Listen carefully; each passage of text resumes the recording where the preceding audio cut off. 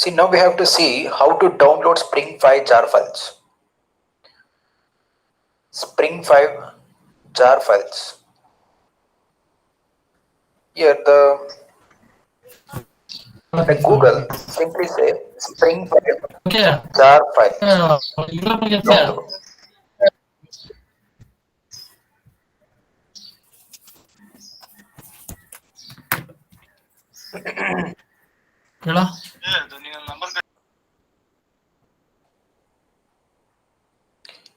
So here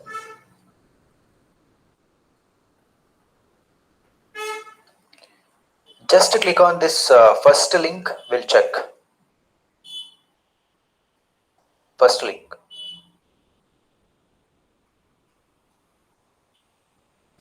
Otherwise, I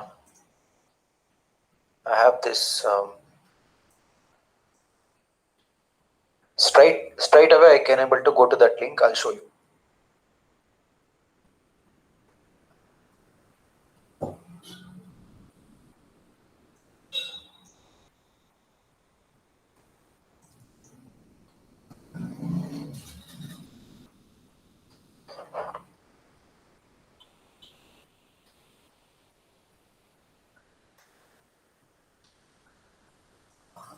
Not here.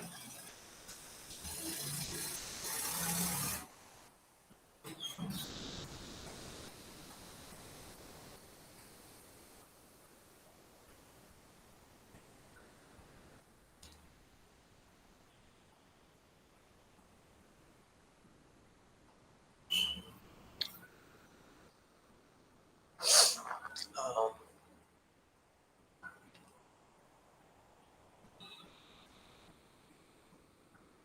master documentation.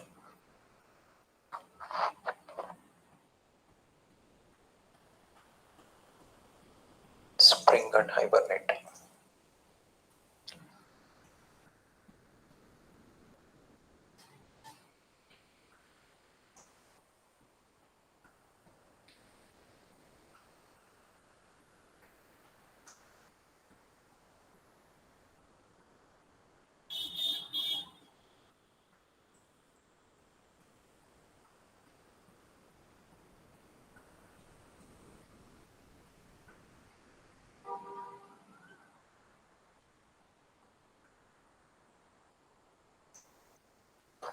We need to download it from the official website, so that's why I'm searching.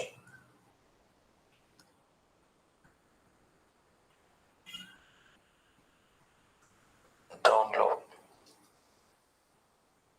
official website.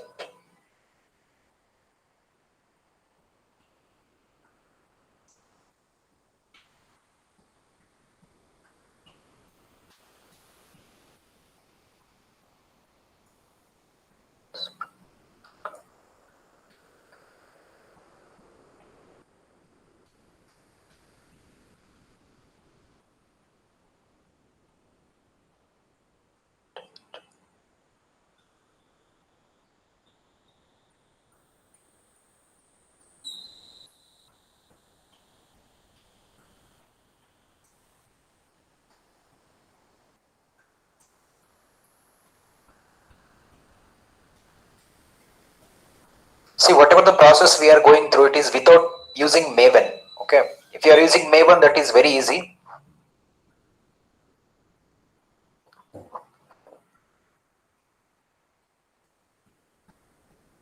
Here,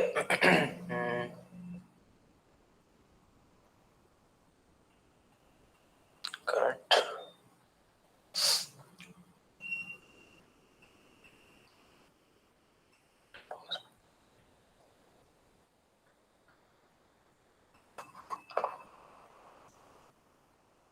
Not found. Yeah, this one. So you need to go to this website repo.spring.io release org spring framework spring latest version we are going to download. Scroll down all the way down. Scroll all the way down. Here you can find this 5.3.8. The major version is 5. 5.3.8. This one we are going to download. Click on this. Then you need to download the first one, Spring 5.3.8 dist.zip. This one you should download. Download will be starting.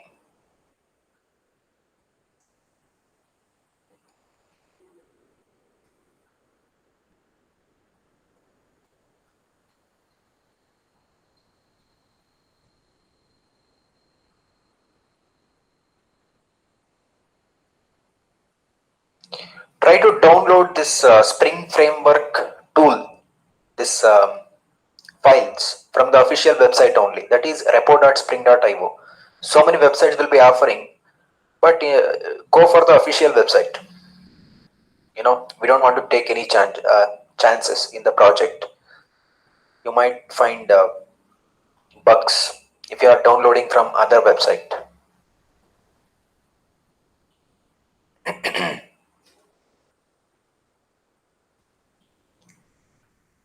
In the meantime, we'll see this. Downloading Spring jar files. In this video, we're going to learn how to download Spring jar files. So I always like to use a to-do list. So the first thing we're going to do is create an Eclipse project. Then we'll download the Spring jar files. And then we'll learn how to add all of these jar files to our Eclipse project. And then see, first we are going to create one Eclipse project. After that, whatever the Spring jar files we have downloaded, that Spring jar files will be available in the lib folder of this zip. Lib folder will be there. After extracting this zip folder, there will be a folder called zip inside. Inside that lib folder, whatever the jar files we have, those files we are going to copy and paste it inside the Eclipse project folder. How we are going to include it? That means first we are going to create one lib folder for the project. Inside the project, I'm going to create one lib folder.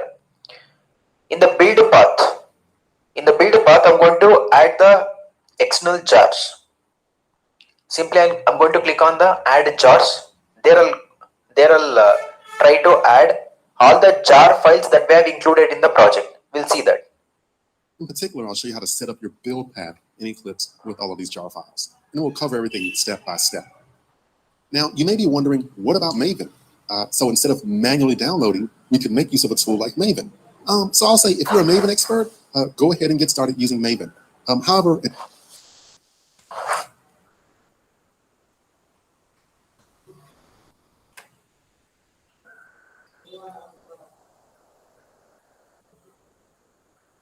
Spring, we'll learn how Spring works, and then we'll get all fancy. And we'll add Maven at the end, of course. But again, Power is gone here, no issues.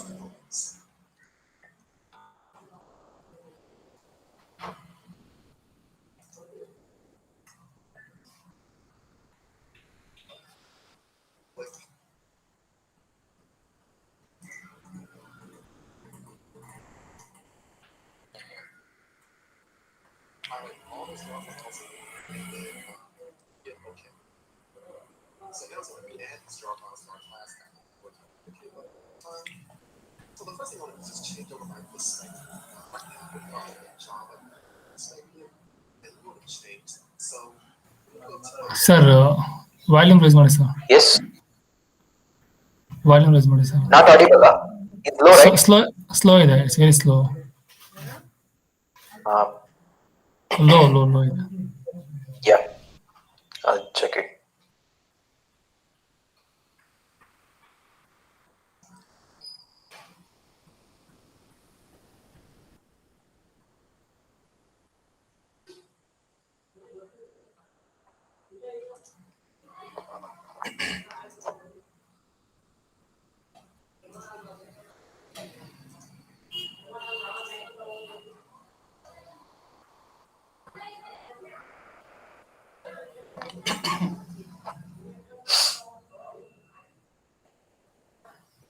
Okay, 100% is there. Then that me.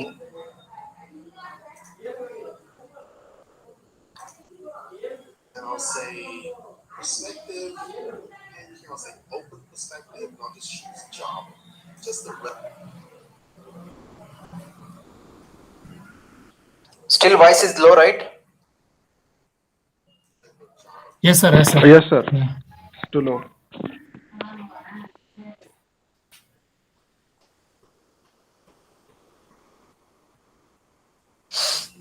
It's okay, sir. No issue. You can continue.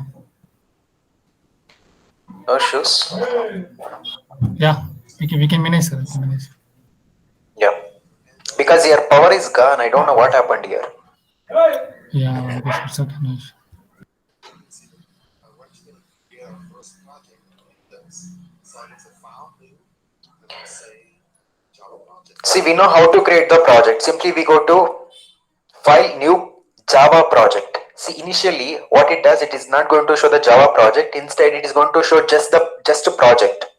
When you're going to create the project for the second time, then it is going to show the Java project.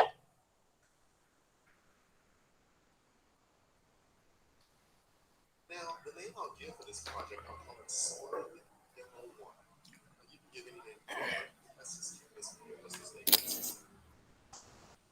And then I'll hit finish. All right, so I have a very Now, see here, first we'll create the project. File, New,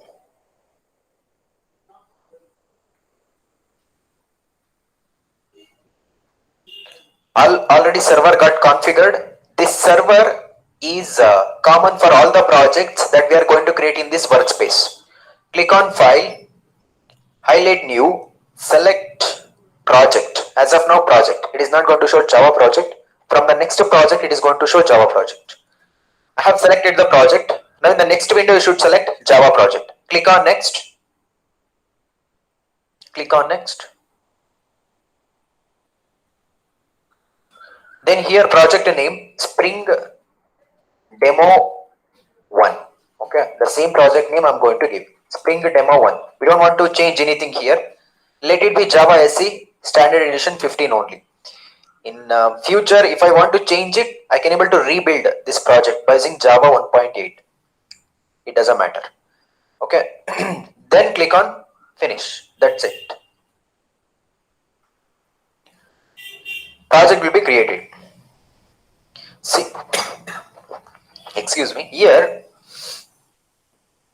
we are selecting Java project. Okay, we are not selecting web project and we are not selecting Maven project. As of now, we are just selecting Java project. Now, if it is asking like this, create the module, just say don't create. If it is asking like this, open perspective, click on this checkbox, click on this open perspective.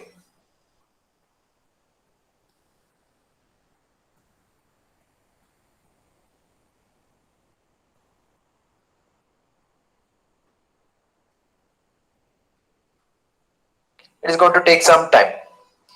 Now our download is got over. Okay, our download is got over. Empty project, nothing's there. What I'd like to do is actually go ahead and start downloading some of the Spring jar files, and I'll actually add it to this project.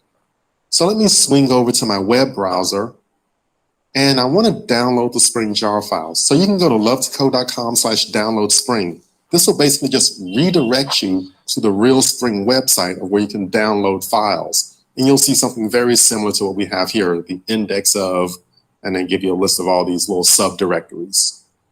So this is basically Spring's repository of all the different versions of Spring, even since way back when. So what I'd like to do is go ahead and kind of scroll down to the bottom here. And what we want to do here is choose the latest release. Just choose the latest one there. They'll take you to a directory. And then here you choose the release dist.zip. Whatever your version number is, choose release dist.zip. And that's the only one you need to do to select. So go ahead and click that file. Your web browser will prompt you to save the file. And then you go ahead and save that file to your file system. Okay, great. So we have it downloaded. Now, what we can do is we can kind of swing over to our file system and take a look at it. So I'm on a Mac. I just go into my downloads directory, choose whatever downloads directory you have in your operating system. There's that zip file that was just downloaded. You can simply unzip it and it'll expand everything for you. So there we go, a new folder called Spring Framework Release. And I can expand this folder here, and this is basically the Spring Framework. So they have docs, libs, and schema, and readmes, and so on. We're interested in the lib folder, the libs folder, actually, plural. And there's a lot of jar files in here. What we're going to do is actually select all of the jar files, because we'll make use of them in some of our upcoming videos. So you simply select all of those jar files, right-click, and choose Copy. Now, you really don't need all of these jar files for right now, but we'll just go ahead and keep it simple. We'll just copy everything over there. Even if there's some duplicates, we'll just copy them anyway, and we'll make use of them in our project. So we're just kind of keeping things simple for right now. So I moved back into Eclipse. See, what we need to do here. First, I'm going to create one lib folder. Spring demo 1 is there. This is the project. Right click on this. Then we are going to create a lib folder. Right click, new, select a folder.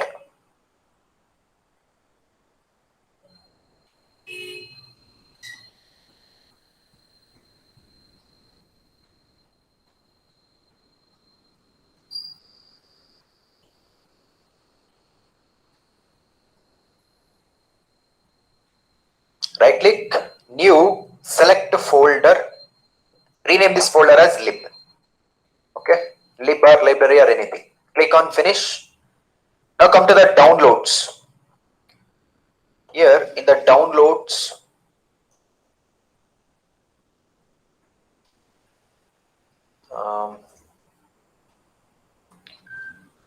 let me go to the browser.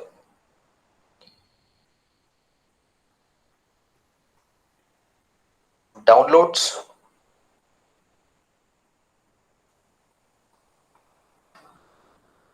We have downloaded this Spring jar file. Show in folder.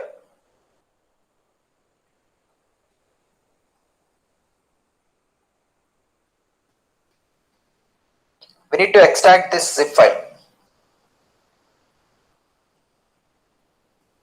See, without this Spring files, we cannot able to develop our Spring applications.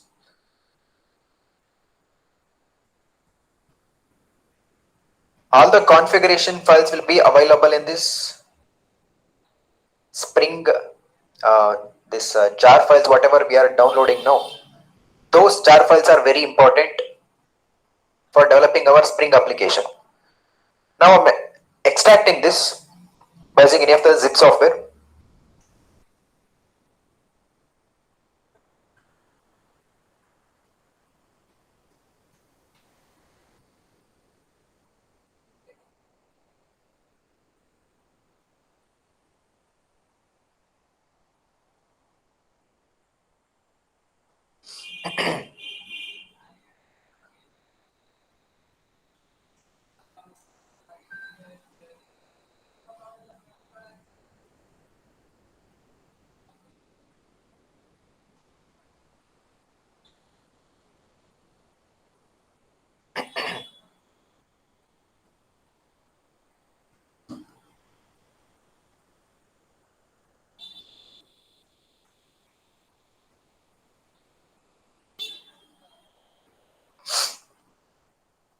Till then, we'll resume the video.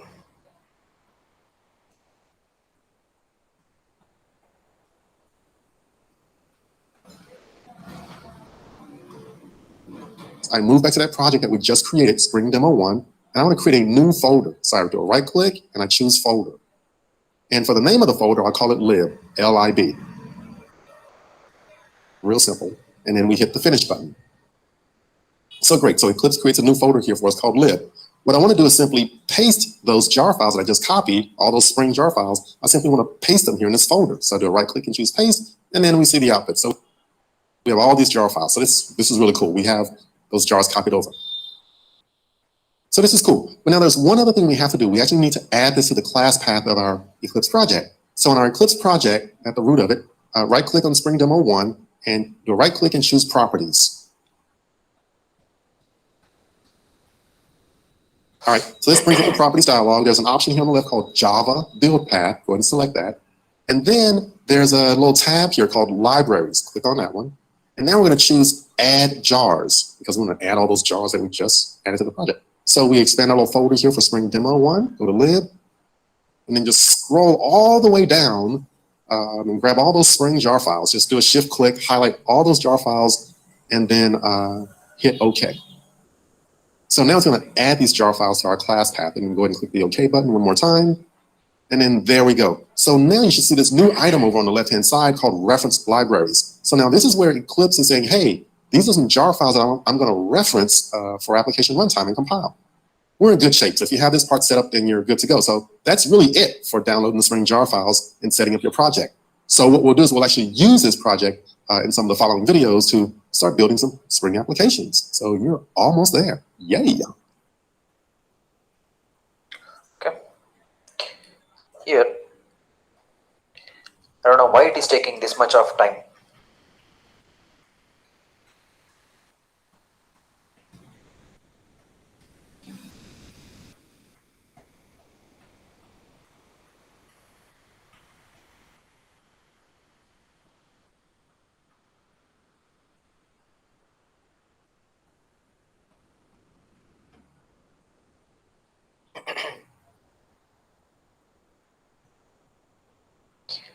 We have created the lib folder inside the project folder. There we need to keep all the jar files that we have downloaded as of now. Then we need to update the build path. In case of core Java project, we need to update the build path. We need to update the build path in case of core Java application. In case of web-based project, it is the class path. We need to update the class path. But in case of core Java application, we need to update the build path. That you should keep in mind.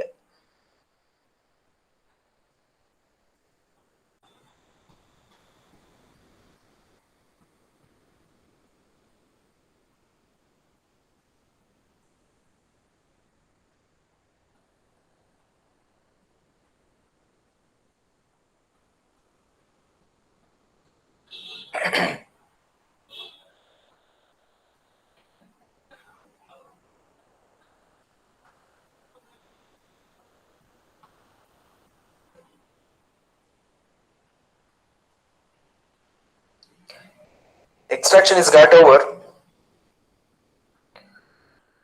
Now go to the downloads. Here you can find this folder, extracted folder. Go inside that. Here you can find another folder. Go inside that. Here libs is there, libraries. Go inside this folder.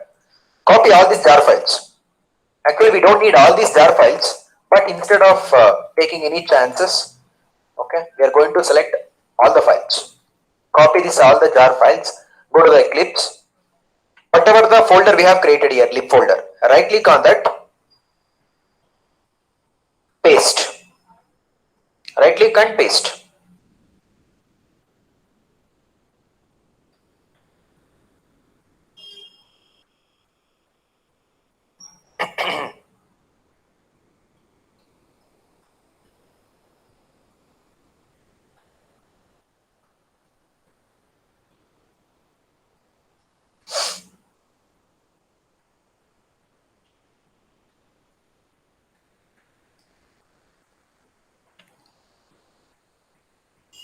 Fine.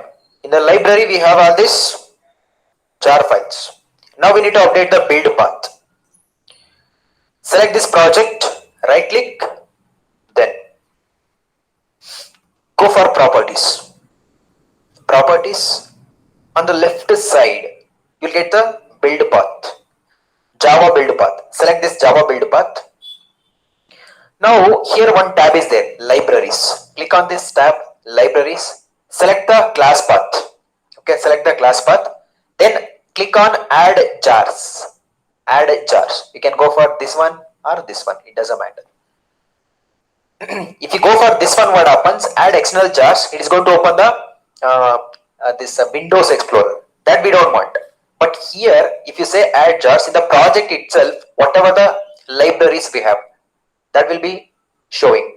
In our case, we have included the jar files in the project. That's why I'm going for add jars, not add external jars. It is available in our project itself. Add jars, then expand this Spring Demo 1, expand this library, lib. To select all these things, what you can do is select the first one. Okay. Then what you can do is scroll everything. Scroll all the way down. Scroll all the way down. First, you have to select the first jar file. Scroll all the way down. Then make sure that you keep on pressing. It's not like keep on pressing. Make sure that you have pressed the shift key. Hold the shift key. Press and hold the shift key. Then select the last one. What happens? All the jar files will be selected like this. That's it. Now all the jar files has been selected. Click on OK. Fine. All the jar files has been added to the class path. Now click on apply. Click on apply and close. Apply and click on apply and close. Now you got this reference libraries. Earlier we had this JRE system library. Now we got the referenced libraries. That is, we have only given some of the files for the reference. This is referenced libraries, user created. Can find all these jar files here. Fine. That's it. Okay. Then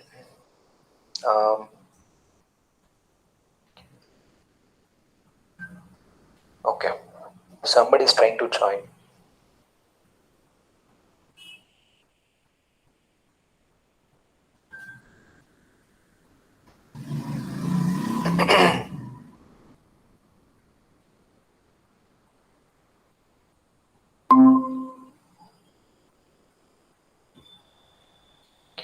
Fine. Now what we need to do, the next step. Now we are coming to the actual concept of Spring Framework. In Spring Framework, we have 4 things. Okay. What is that? Inversion of Control, IOC. Aspect-oriented programming, second one. Third one is, what is that? MVC, Model View Controller. Then we have 4th one, Dependency Injection. All these 4 are very important in case of Spring Framework. Core technologies. In case of Spring Framework, these are all the 4 core concepts. IOC, Dependency Injection, MVC, then AOP. Now, what is inversion of control?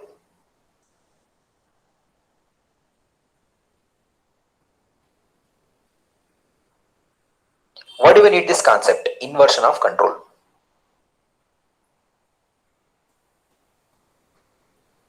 I have made some notes. We can able to go for that also.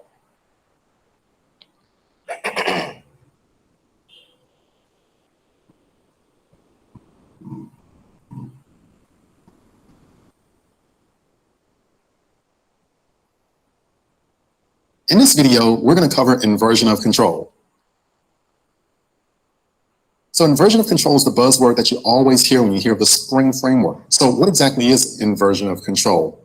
Well, it's simply the design process of externalizing the construction and management of your objects. So see here, it is a technical term.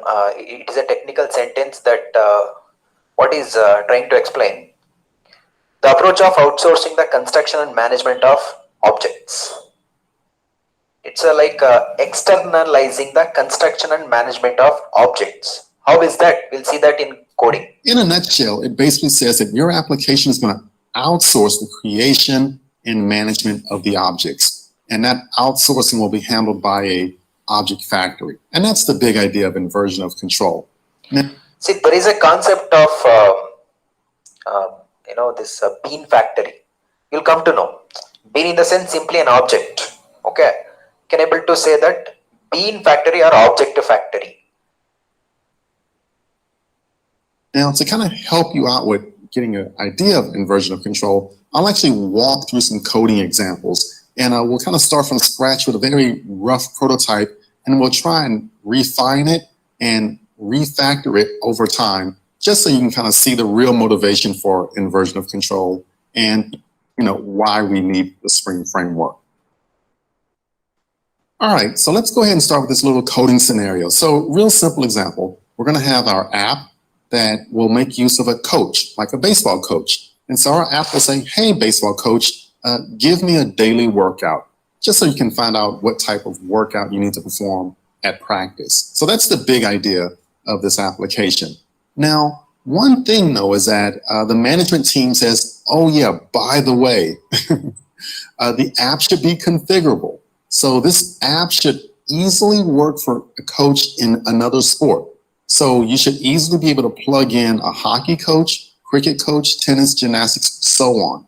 So they want it to be configurable and also work with any type of coach. So now you're like, oh, I thought the project was easy. Now it got a little bit difficult. But see, basically, the general example here, we are going to create one application.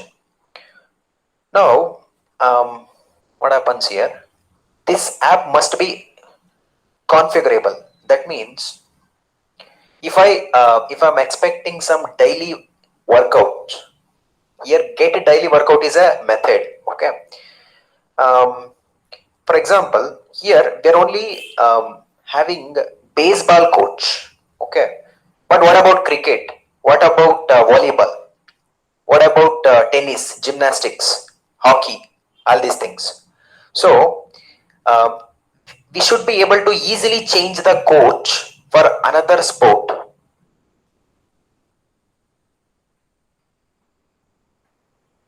How? Let us see. don't worry, we'll kind of walk through this and we'll look at some possible solutions for this, and we'll kind of build out a little rough prototype.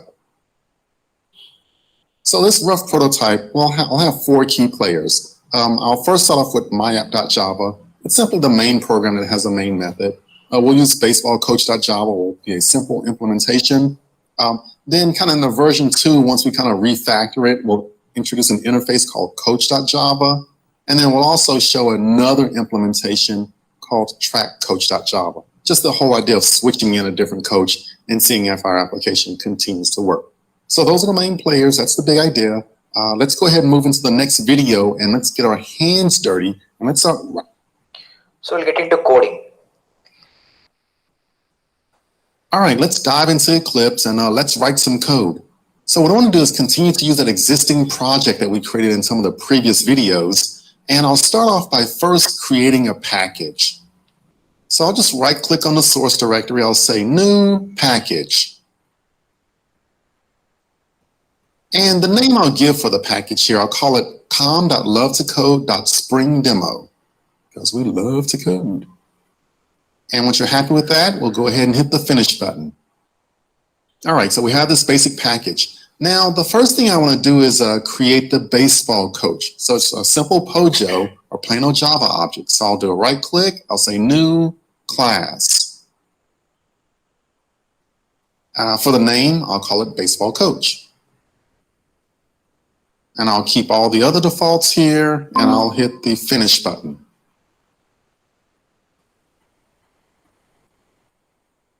All right, so here we go, a very basic class called baseball coach. Let me go ahead and zoom for a bit. And I really want to create just one method here. This one method will be called get daily workout. And it's going to return a string. So here I'll say, I don't know, making something up here. Spend 30 minutes in the batting cage. Or spend 30 minutes on batting practice. That's close enough. First, we are going to create one class. In the SRC, right click. First, we need to create the package. First, we are going to create the package.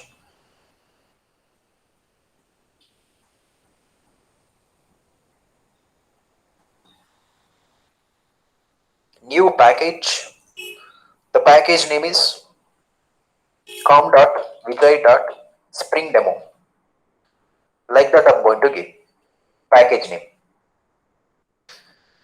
Click on finish. Right click on this created package. Go for new class. New class.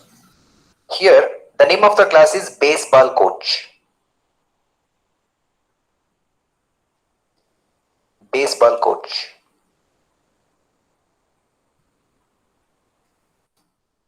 Baseball coach.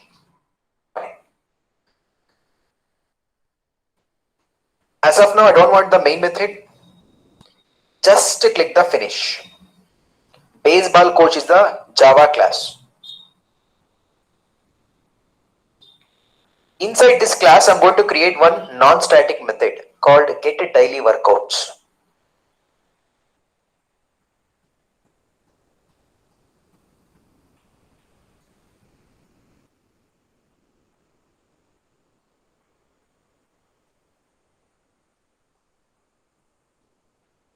Now let me change the increase the font size. Window preference.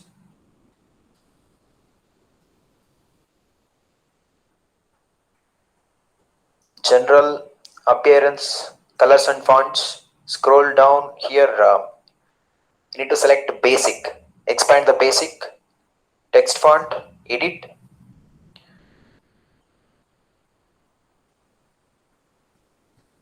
Go for bold 22. Apply and close. Fine. So here I'm going to create one non-static method. Public void get daily workouts. Get daily workouts. See why I'm giving this method name. This is the camel case we should follow. Okay. If you are giving the variable or method name, first start with small case. Then if another word is there, go with the uppercase word, uppercase letter. Now here, it is not void return type. Okay, we should get some message. No, that's why I'll go for string. Okay, while returning, I'm going to return. What I'm going to return? Practice 30 minutes in the batting cage. Semicolon, save it. Fine. The next thing.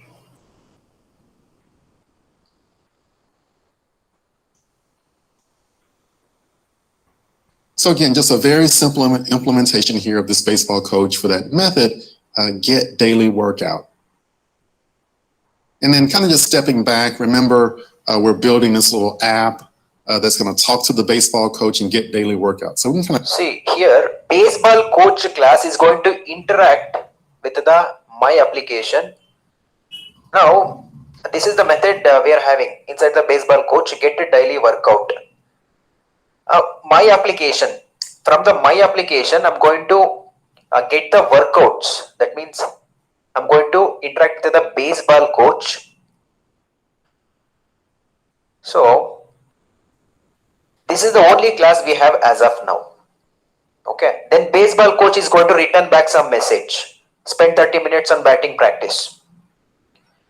Okay, but as of now we have the only one class. But this application should work for all the sports: hockey, tennis, volleyball, gymnastic, all the sports. Not only for this baseball coach. What is the next check step? the box there. This baseball coach class is complete. All right, so let's move back over here and let's go ahead and create another class here. Let's go ahead and create the My App class. So just do a right click and say New Class. The actual name I'll give for it is My App. And then one thing I'll do here at the bottom is that I'll check the box here to give us a main method. This will be the main program for our application. And then I'll hit Finish.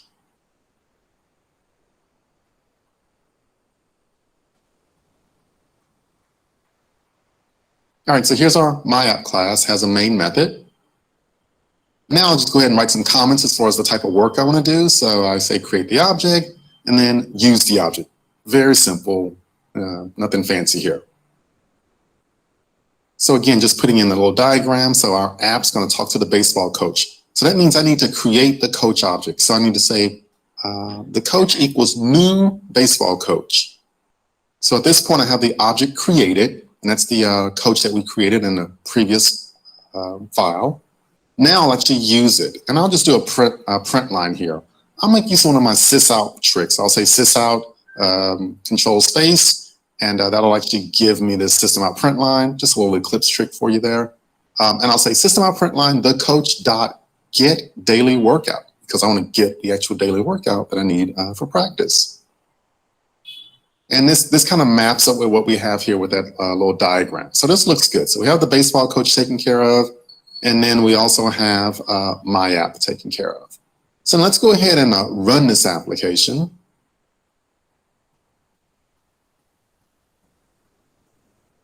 And we get the output. Spend 30 minutes on. See here, we have the baseball coach. This baseball coach class has to interact with the my application, my app. That is where we'll be having the main method. That is the class we are going to run. Now select this package, right click and go for a class. New class. This class name is my app. For this class, I need to create the main method. Select this option, then click on finish. Delete this auto-generated comment. I'm going to create an object for baseball coach. Baseball coach is equal to baseball coach. Coach is equal to new baseball coach. Baseball coach. Now this is what creating the object. Creating the object for existing class. Creating the object. We need to use this object. Use the object. Coach. What we are going to do, coach dot get daily workouts. This method I'm going to call. Save it. Very simple. Then right click on the editor, run as Java application. Now we are getting this message.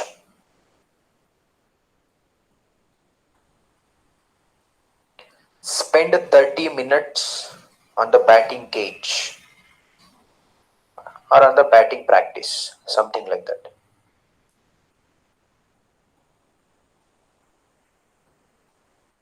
Sir, the phone is not visible actually. Yeah, wait.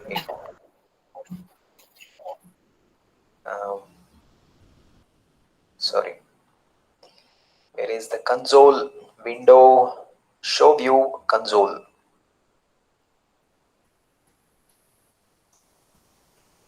My app run as Java application. Coach.daily workouts. Return. Okay. Fine. See here, what do I need to do here? I need to keep this inside the SOP. Then only we'll get the output. SYSO. Control the spacebar. Then select this. Keep that inside this SOP. Now we will get. Simply go for this icon. Click on that. We are getting this practice 30 minutes. Practice 30 minutes in the batting cage. Or simply we can say that spend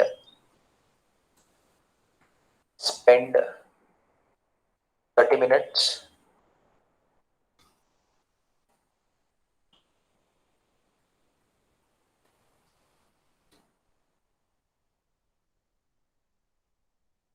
uh, 30 minutes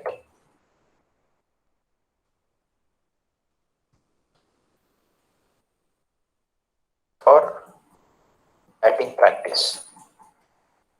Something like that. That's it. Now, what is the problem here? This application can only work for baseball coach. We'll see that. But as of now, we don't have any other classes. Okay, we have not created. Observe this.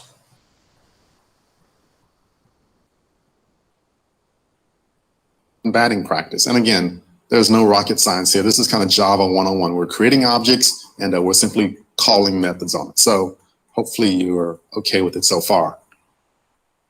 Alrighty, so let's go ahead and get that idea of the one requirement here that this app should work with any type of coach. So what we want to do is make use of a software engineering best practice, and that's to code to an interface. So instead of coding directly to the baseball coach implementation, we want to make use of a well-defined interface that all coaches will support. So every coach is going to have a method called getDailyWorkout. So let's go ahead and create this interface. So we're kind of doing some code refactoring here. I'll say right click, I'll say new, and then I'll choose interface.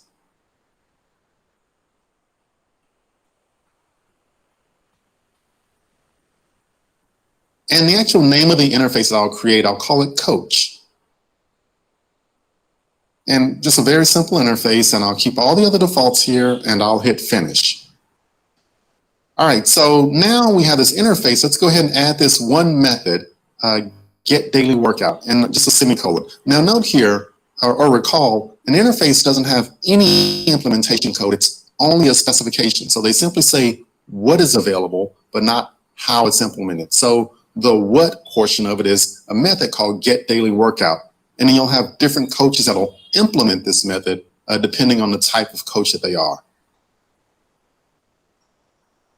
All right, so now let's go back to our baseball coach. We need to do some refactoring here. So in our baseball coach, we need to say that our baseball coach implements coach. So that's an interface we just created, and also add overrides, meaning that this is the method that we override from that coach interface. So we're basically here just saying that our baseball coach is compliant by implementing a given coach interface. So we can access the baseball coach specifically, or we can access it in a generic fashion using the coach interface.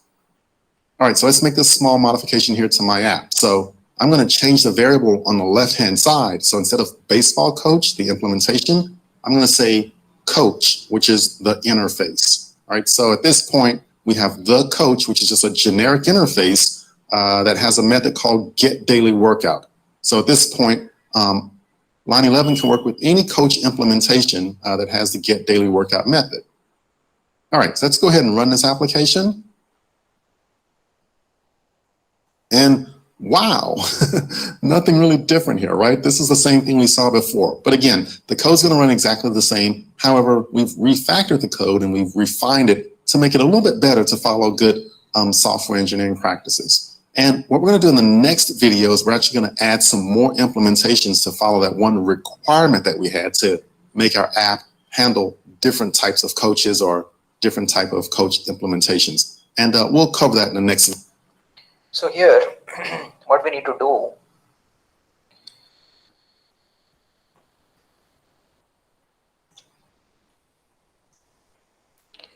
basically,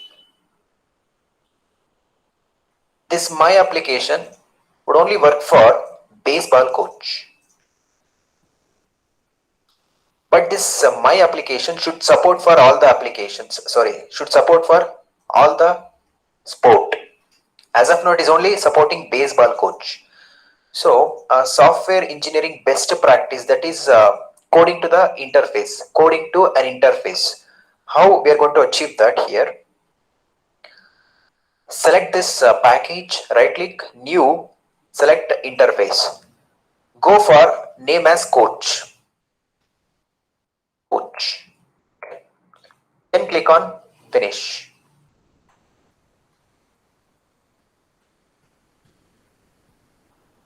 Now here, I'm going to keep public string into daily workouts.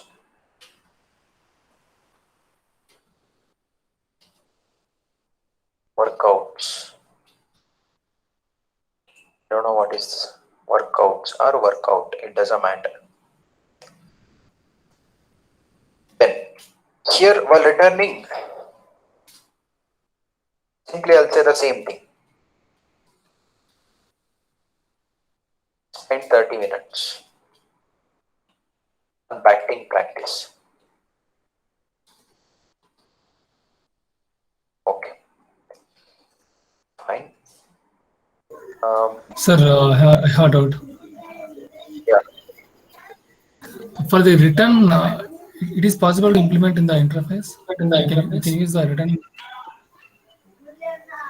and we can only what is that? Yeah, declare, right? But you got my question, sir. yeah, no issues. See here, basically in the interface, what do we know? We cannot have what? What we cannot have?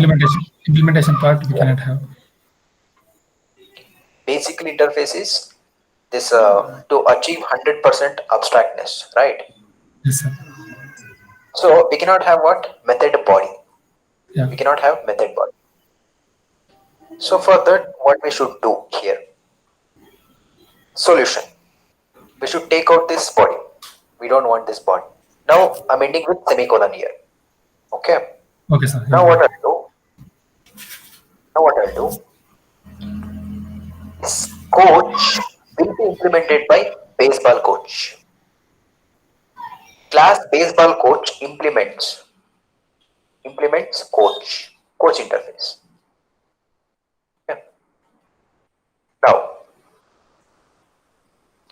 come to the my app. Instead of baseball coach, simply say coach. Then you can say the coach. It doesn't matter what you are giving here.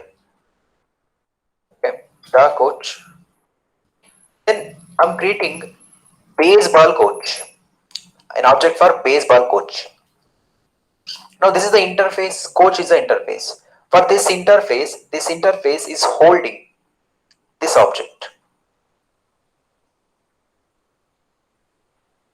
Coach is the interface. This coach interface is implemented by baseball coach. Baseball coach. When I create the object to baseball coach and send it to the interface coach,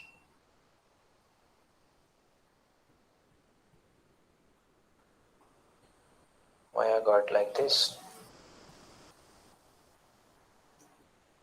Yeah.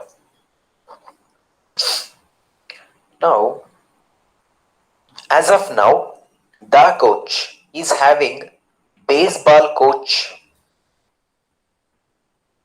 As of now, the coach interface, this coach interface is having baseball coach. Now I'll say the coach, call the get daily workout method. Here we have the method in the what? The baseball coach, we have this get daily workouts. Now in the coach interface, we are having this daily workouts. This method has been implemented by the subclass here. What is the subclass here? This what is this? Baseball coach. This baseball coach is implementing the coach. If that is the case, it has to implement it has to give the body for the get to workouts method. We are giving the body for the get to workouts method. Now run the code. The same output you'll get. Same output you'll get.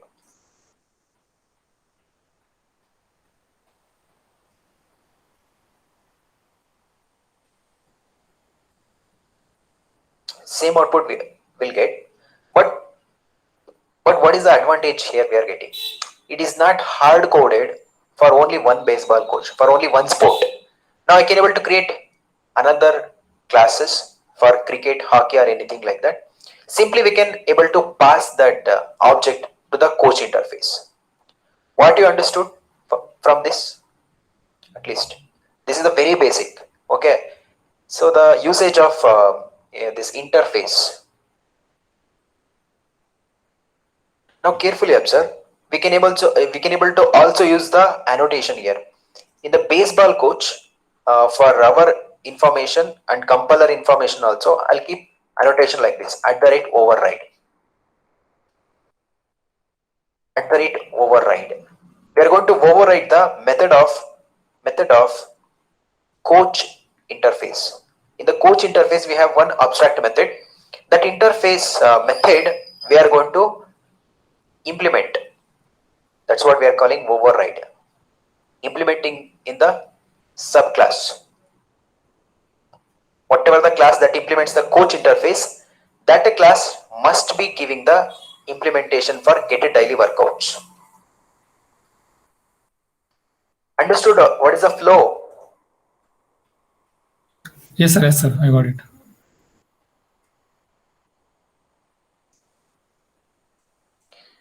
Now, like that, we'll create another implementation.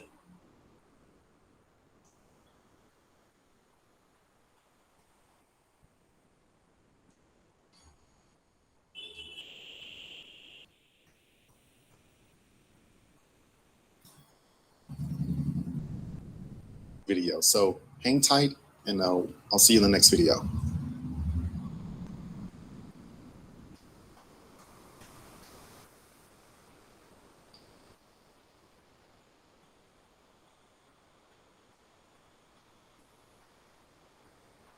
All right, so we have our app working with the baseball coach. Now let's go ahead and add that new requirement of working with a different type of coach. So in my main app.java program, I'm going to change it on the right-hand side. So instead of new baseball coach, I'm going to say new track coach. So track coach.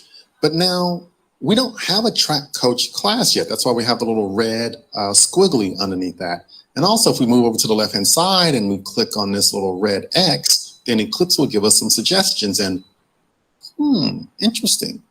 It can actually create the class track coach for me. I like it. That's pretty cool. Let's try it. So let's go ahead and select this option, create class track coach. And then, wow, this is great. So it has the name of track coach. And also, they're even going to implement the interface for us, coach, that we had from the previous slide. So, woo, this is looking pretty good here. So let's go ahead and click finish. And let's see what it does. And booyah! Eclipse wrote some code for us. This is awesome. So they have the class track coach, implements coach, and they did the override for that one method, get daily workout. Man, gotta love that. Thanks, Eclipse. All right, so let's go ahead and get rid of that auto-generated stub, and let's get rid of the null, and let's return our workout as a track coach. So we're gonna say run a hard 5K. All right, so our track coach, they're gonna run us really hard and get us into shape for the next track meet. Okay, so there we go. So we have the implementation for this setup. So this is our new coach that we just created, track coach, implements coach, and we gave our custom implementation here for get daily workout.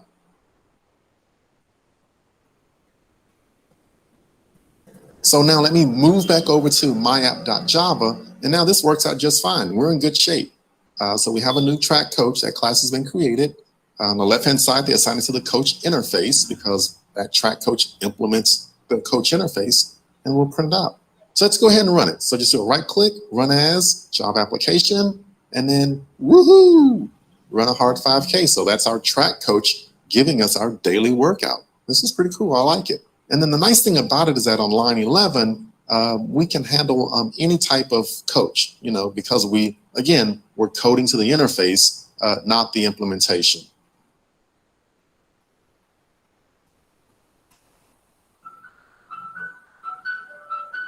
So we're almost there, but again, this is a rough prototype. It's not 100% yet. And the reason it's not 100% is that one of those requirements that we had, one was that this should work with any type of coach, and we kind of handled that part of it. But the other requirement was that the actual coach implementation should be configurable. And right now it's not really configurable because it's hard coded right here. Ideally, it would be great if we could maybe read the actual implementation name from a config file and then make use of it. So then we could easily swap by only changing a config file instead of having to change the source code. So in the next video, we'll look at Spring, and Spring was designed to address this exact problem.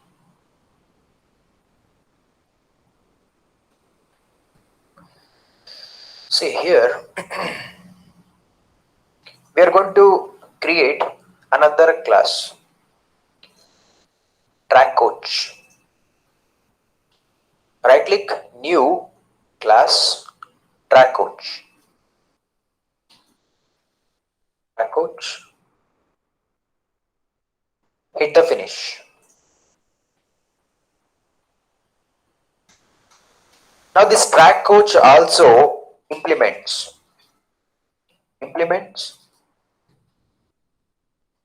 coach interface.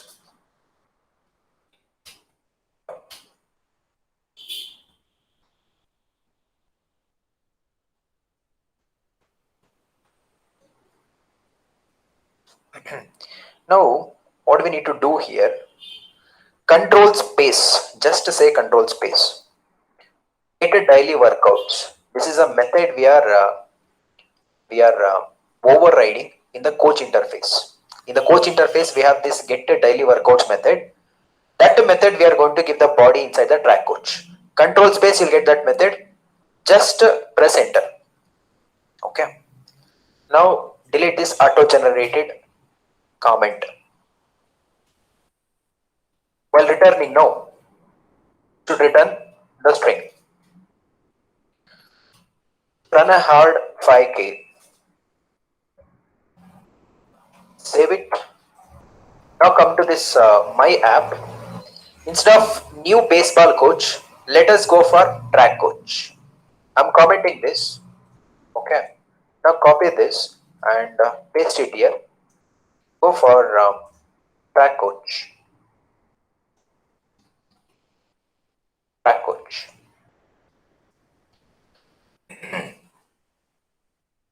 See, we have two classes here.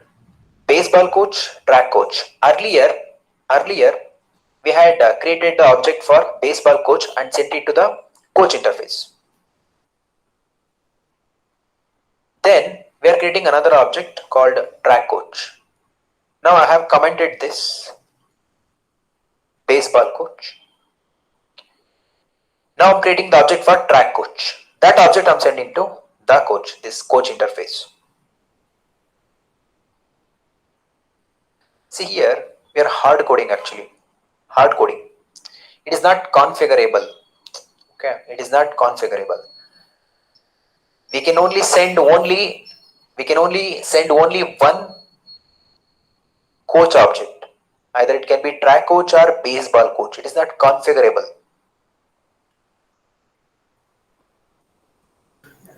Sir, but we can use both class at the same time, right? Like See one here what after happens, another. yeah, if you use both like this, Okay, what okay. happens? Again, it's a kind of length in the code, right? Maybe. No. What you'll get now? Same output you'll get. For baseball Okay. coach also will get what? Run a hard 5k. For track coach also will get what? Will get what? Run a hard 5k. That we don't want, right? No, sir, I didn't understand that. Yeah. In the Both baseball coach, whatever we implemented, that will be it, right? in the Okay. baseball coach what? We implemented the what is that? Yes. Spend some 30 minutes Yeah. time. That one. We will get separately, right? Here, observe. Here, my app is there. Then the coach 2. Then okay. If I say like this, the coach get a daily workouts. The coach 2.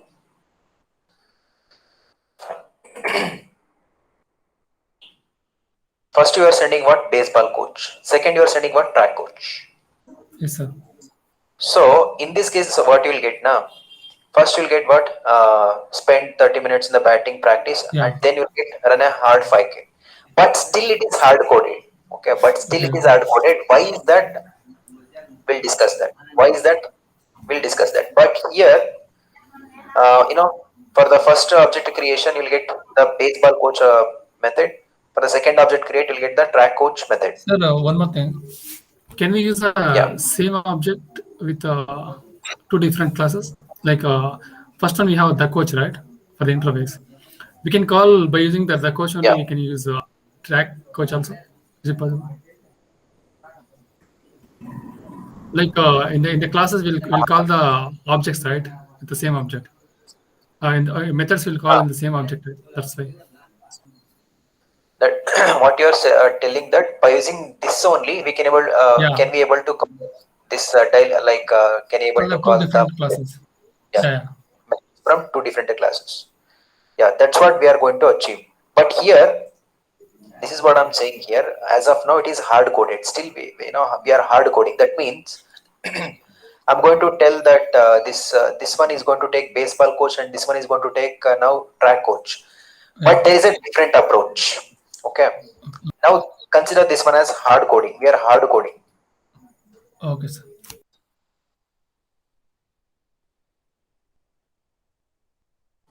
How we can able to make it as it should that is what we are calling that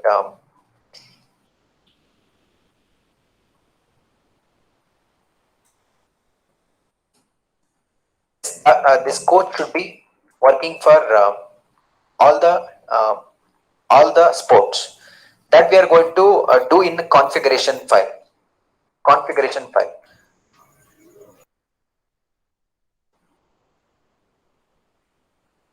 In this video, we're going to cover Spring Inversion of Control. Now, in the previous videos, we were working on our application. However, we didn't get it to 100% because we didn't have the support for the configuration. And so we need to make use of an object factory to kind of help us out with this solution.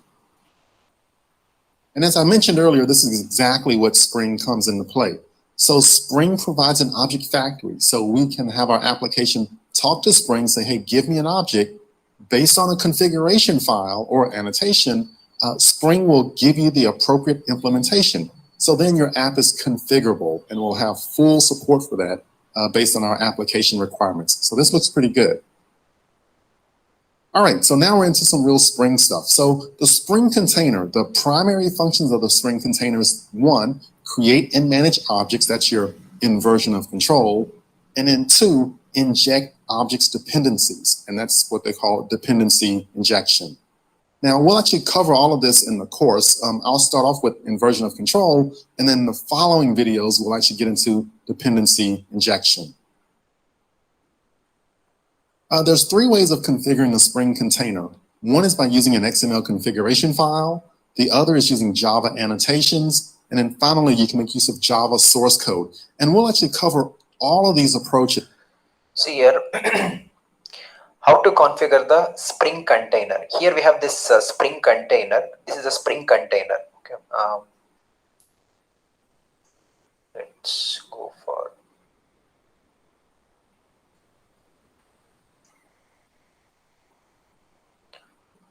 This is the bean factory you can able to consider. Object factory, Spring bean factory.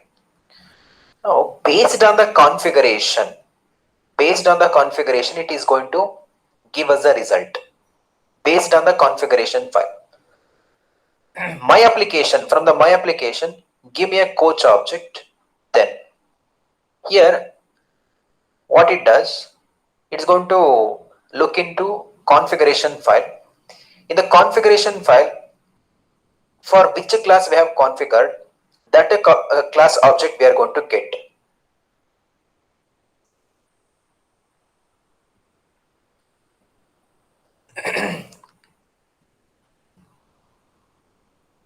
In case of inversion of control, this is the concept, creating and managing the objects. In case of dependency injection, injecting object dependencies. How? We'll see that. Videos we'll actually get into dependency injection. There's 3 ways of configuring the Spring container. One is by using an XML configuration file. The other is using Java annotations. And then finally, you can make use of Java source code.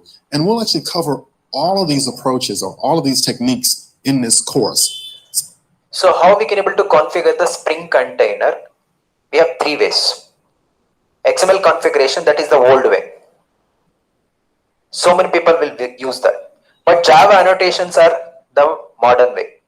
Annotations. By using annotation, we can able to configure the Spring container. This is the latest one. Now this Java source code, this is also, we'll see, this is also modern approach. Three ways of configuring the Spring container. So let's talk about the XML configuration file. It's the original configuration file that was used when Spring was first released, so it's a legacy, but we'll still cover it because most legacy apps still use this. So if you're joining a Spring team or you're joining a company that has existing Spring applications, it's a very high likelihood that their applications still use XML config files. So we'll start off with that. Also, Java annotation is kind of like the latest fad, the latest fashion of making annotations. And also you can actually get rid of all config files and you can configure the container by using Java source code. But again, we're going to cover all of these techniques so you'll understand how each one of them works for your application. All right, so here's the Spring development process. And as you know, I love to-do lists. I love step-by-step approaches. So the first step is configuring your Spring beans. The second step is creating a Spring container. And then the third step is retrieving the beans from the container. And we'll actually cover all of this step by step, so you'll see how everything works, and we'll do all of this from scratch. All right, so let's start with step one, configuring your Spring beans. So in this example, I'm going to make use of the XML configuration file. So here in the XML config file called application context.xml, I have a bean. I give the actual bean ID, my coach, and I give the class, and that's the fully qualified name of the Java class. So the ID, that's simply the ID that your Java application will use when they want to retrieve a bean from the Spring container. And again, class is the actual class or implementation that you'll have for your application.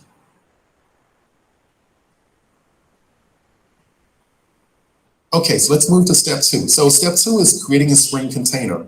So in the Spring world, a Spring container is generally known as an application context. So that's the term that you'll see a lot in Spring documentation and in Spring apps. So they have specialized implementations of it, one for reading XML from the class path, an annotation config, a web application context, and so on. And we'll take a look at all of these in this course.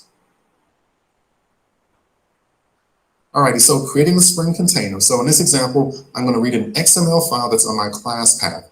So I make use of this class path XML application context. And I construct this object and I pass in the actual name of the configuration file that I'm using for Spring. So from step one, we had a file called application context.xml. You can use any name that you want as long as you're consistent between step one and step two as far as reading that configuration file. All right, so we have this container created. Now the next step is retrieving the beans from the container. So your application is simply going to talk to the Spring container and say, hey, give me a coach object.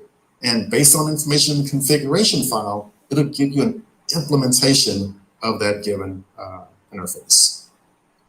So here's step three as far as code. So the previous line, we already created our context. Now we retrieve the bean from the container. So here I say, context.getBean, and here I say my coach, comma, coach.class. So my coach relates to the actual bean ID defined in the configuration file. You have to make sure those match up with the exact same case. And then coach.class, that's the name of the actual interface that baseball coach implements. So here, coach.class is the interface, baseball coach is the actual implementation. And then you assign it. And that's basically what you have to do for retrieving a bean from a Spring container. Alrighty, so that's the coding here. In the next video, we're actually going to move into Eclipse.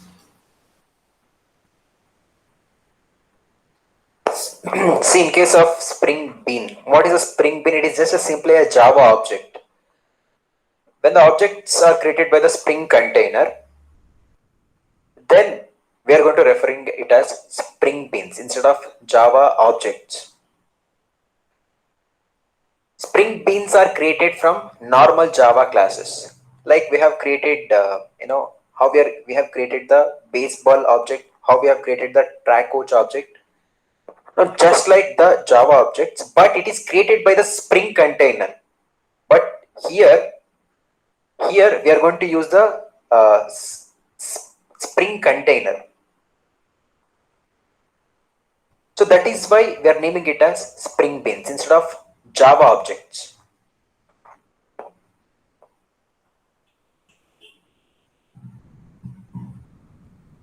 All right, so moving into Eclipse, we're going to go ahead and write some code. So we'll make use of the existing project that we've had, Spring Demo 1. And this is the same project that we had in the previous videos as far as making use of our coach, baseball coach, and track coach. So again, the same project there. And what we want to do is make use of some code that we've downloaded for this course. So in previous videos, we gave you the links on how to download the course files. So once you download it, you'll get this Spring Hibernate source code.zip. You can extract it, and then you'll get this folder. So again, look at the previous videos in the course as far as how to download the actual course zip file. But anyways, once you have it, you've unzipped it. There's this Spring Hibernate source code, and we'll look in this directory here called Spring Core. Because what we want to do is actually copy a starter file that'll help us out with the XML configurations. So I just moved down into Spring Demo 1 starter file, and there's a file there called application context.xml. It's just a basic starter file, basic shell. But let's go ahead and copy this file. Just do a right click and choose copy. And let's move back over to Eclipse, and we want to place this in our source directory. All right, so highlight that source directory, do a right click, and then choose paste. Because what this will actually do is it will paste the file and actually put it on our application's class path. So we can make use of our class path application context. So there's our file. Now, if we just double click this file, our first step is configuring our Spring beans. All right, so this file has a lot of header information here for the XML namespaces, and that's what's required for Spring to be able to process this file using its grammar and XML schema. And now let's go ahead and define our bean. So we have this bean, and now I need to set up two attributes. The first attribute I need to set is ID equals, and this is basically our alias or what the app will use. I'll just call it my coach. And then I give class. Now I give the fully qualified class name of our implementation. So in this case, I want the baseball coach. So I know the baseball coach is in com.lovetocode.springdemo. Oh, and actually this is track coach. Sorry. So com.lovetocode spring demo track coach. And that's our bean definition there. So that pretty much covers step one as far as configuring our Spring beans. All right, so now let's go ahead and take a look at one other item. And now what I'm going to do is actually make use of a Java class. So I'm going to create a new class called Spring Hello App. So I'll select my package here. I'll do a right click and I'll say new class. And the actual name of the class here, I'll actually call it Hello Spring App. And also I'll check the box here at the bottom, public static void main, just so it'll give us a main method for our application. And then I'll just hit the finish button. Okay, great. So again, just like before, this gives us a very basic Java class. Now, what I like to do is, I always like to put in comments first before I start writing code. So the first thing I want to do here is load the Spring configuration file. And then I actually want to go ahead and retrieve a bean from the Spring container. Now that I have the bean, then I'll call methods on the bean, or a method on the bean. And then finally, just to be nice, I'll close the actual application context. So that's my basic game plan here for building our Hello Spring app. All right, so let me stretch out here at the bottom, give myself some white space.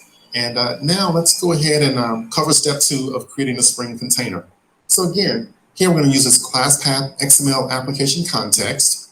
And I say new, and that's a really long name. So I'm just going to copy paste that name. I'm taking a shortcut, paste. And then in the constructor, I give the actual name of the config file. So just like in the previous example here, application context.xml. That's the name of our XML config file. Now it'll give us error messages as far as doing an import. So we simply hover over that error message, and then we choose that first option of importing. So if you move up top, Eclipse will help you out with importing that class from the appropriate package. So that's a nice little feature there. Okay, so now let's retrieve the bean from the container. So here I say context.getBean, and I give my coach, that's the ID, comma, coach.class. That's the actual name of the interface for our implementation. So now I'm simply going to call methods on the bean. So I simply use my system out print line trick, sysout control space, and then I'll say the coach.get daily workout. And now I simply go through and close the context by saying context.close, just to be nice, just to clean up after ourselves. All right, so that's kind of the basic game plan here with this Hello Spring app. So the first thing we do is we load the Spring configuration file. Then we go through and retrieve the bean from the container. Then I call methods on that bean. And then finally, I close the context by doing my cleanup. And that's the basic game plan. That's kind of your first Spring application right there. Woohoo. Now let's go ahead and try this out. Let's run it.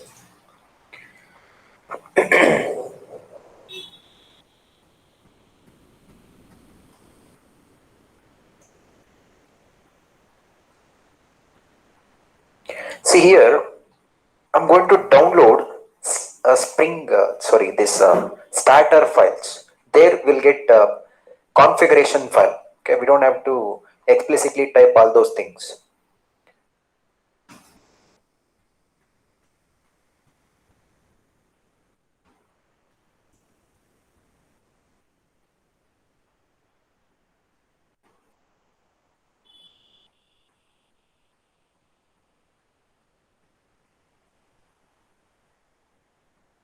Yep. Perfect.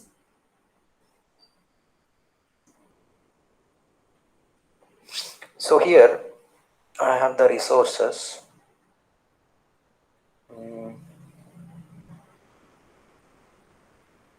Okay. Write some code part 1.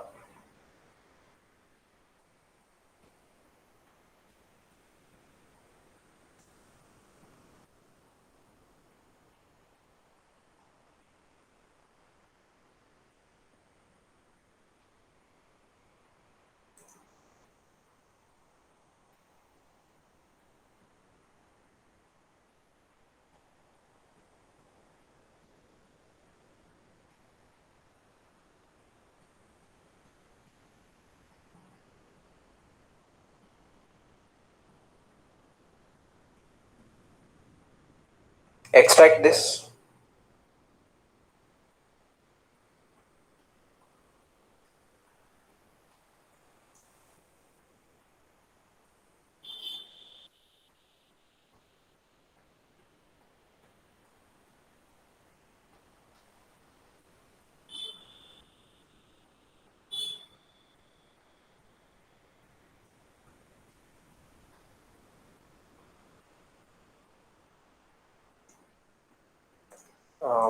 Yeah, here we have Spring and Hibernate source code, Spring code, Spring demo 1 starter file, which is the file I'm copying.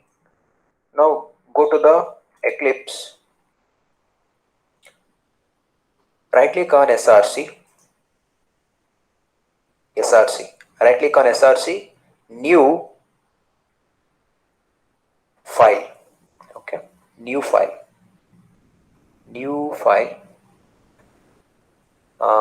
Otherwise I can able to directly copy and paste. Simply I'm copying this file itself. I have copied. Then right click on SRC, paste it.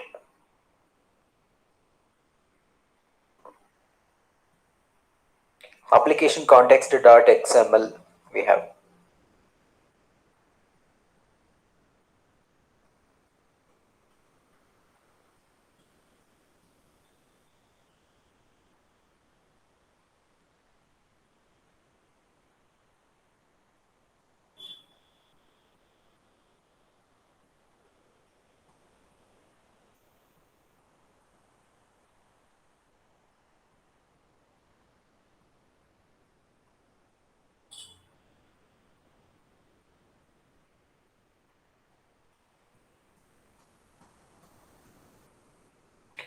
So this is the default view, that is design. Let us go for source. Fine. We have to define our bean here. Okay. So let it everything as it is. Now we are going to define our bean. Bean, I should say control space bar. Fine. Here what is the ID?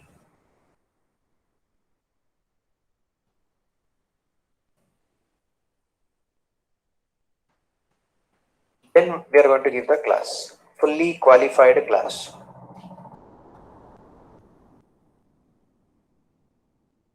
The coach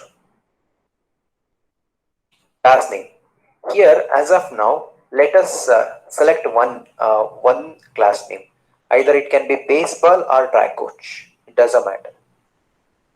So we'll go for baseball itself. Okay. So I'll comment this here. I don't want this track coach. I want the baseball coach. So I'm commenting it. The coach. Fine. Then here in the application context.xml, fully qualified name. How to get the fully qualified name?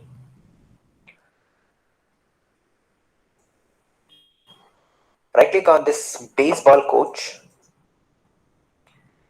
Select what is that? Copy qualified name. Select this. Copy qualified name. Come here and paste that. Otherwise, simply we can go for package name. Here, what is the package name? Com dot. Simply we can go for like this. Com dot Vijay dot spring demo dot baseball coach dot java. This much.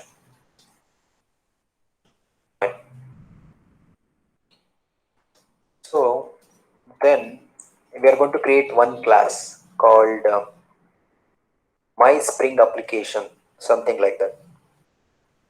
My spring application. Select this package, right click, new class, my spring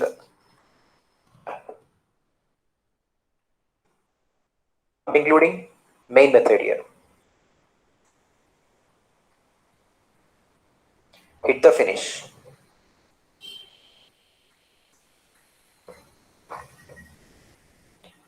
Expanding this. Now what are the steps we need to follow? First thing, we need to load the spring configuration file. Load the spring configuration file. That is, we have this class called class path XML application context. Class path XML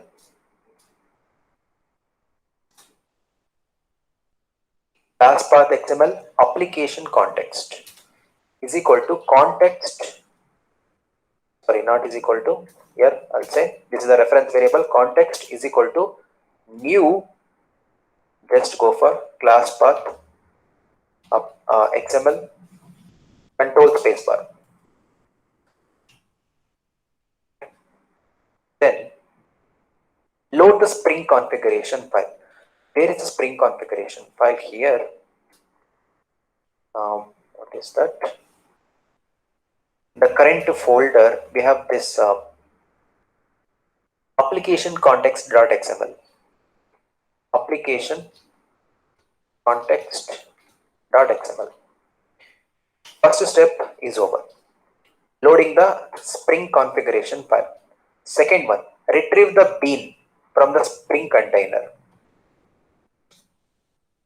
Retrieve the bean or object from the spring container.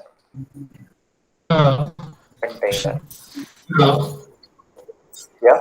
So, That application context XML is there, right? Name Ah, of the what's it's name of what? like Configuration file. any Okay, this is the configuration file. okay. This is the For configuration default, I think file. This for is where everything we is are going to yeah. For default everything, name what? for every project. No, no, no, It's no, a no. default This is not a default every name. project This one has you can give anything. Anything. This application context is there now. You can give any name. It doesn't matter. So you can able to rename it by using, select this application context, right click and refactor. Refactor. Where is this refactor? So rename.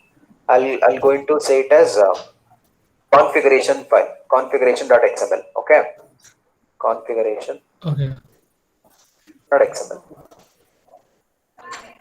It's just a file name. Yeah, it is just a file name. Okay. Configuration.xml, and make sure that you're giving the proper case. Here I have given the smaller case. Here also I Okay, should go for smaller case. okay, sir. Got it. Configuration.xml. We have loaded the configuration file by using class path XML application context. Now we are going to retrieve the object from the Spring container. Spring container coach, coach is equal to. There is a method called getBean. So here we have this context. Okay, we are going to use this reference context dot getBean. Context dot getBean. GetBean. Context dot getBean. Here my coach. My coach is the ID. This is the ID we have given in the configuration. This is the ID.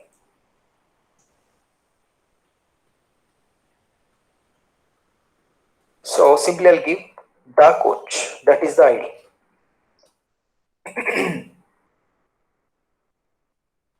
The coach. That is the ID. Here you can, if you are getting confusion, no, simply you can go for any other name. It doesn't matter. Um, simply you can go for Dean ID as coach. Okay. I'm copying this Bean ID coach. Then come to the My Spring app. Retrieve the bean from the Spring container. This is the ID. Bean ID coach. Comma. What is the interface name? Coach. Data class. Coach. Data class. See, internally interface also a class. Java compiler is going to generate a class file for interface also. Internally, interface is also a class. That is why I'm calling it as class. Two steps has been done. Step 1, load the Spring configuration file. Second one, retrieve the bean from the Spring container. Then third one, we are going to call the method on that object. Call the method on the bean or object. How we are going to do that? Simply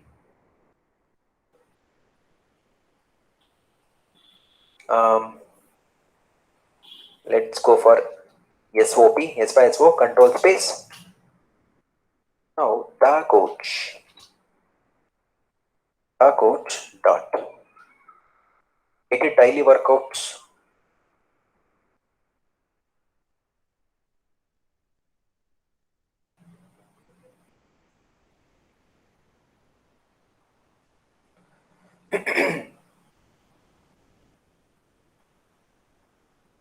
See, the coach. Where is the coach here?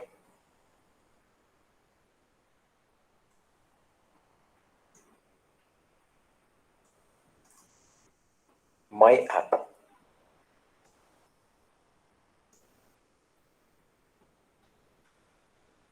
Now this is the ID, bean ID, coach. Now here, the coach that get the daily workouts. Call the method on the bean.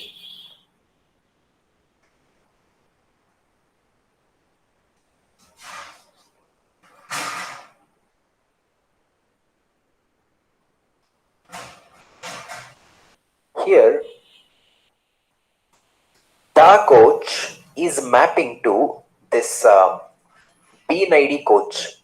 This bean ID coach is what? Baseball coach internally. So, the coach I'm using here. Now this the coach is pointing to what? What it is pointing? Baseball coach. This one you understood? Yes, sir. Yes, sir. Why, Internally, it is connecting to the Venki? baseball coach class. Yeah, of course. Here, instead of hard coding, no. Instead of hard coding, we are keeping it in the configuration file. Now here I can able to make a configuration. Okay, here instead of baseball coach, I can go for another track coach. Okay. Here what Okay, what I can direct do is mention I'm the getting the class. bean ID. Yeah, directly we can able to mention the class. Okay, that is hard coding. Okay. Instead of hard coding, what we are doing? Configuration file you are using. Yes, sir. Got it. Here, two arguments. One is the ID, another one is what is the class. That is what is the interface. Next, close the resource. What is that? Here, close the context. This context is the resource. We need to close this. Context data to close. It's not mandatory, but it is a standard. Context. What is this? Close the context. Close the context. Context data close. To avoid any unwanted errors, we are going to close this resource. Now let us run this. Right click, run as Java application.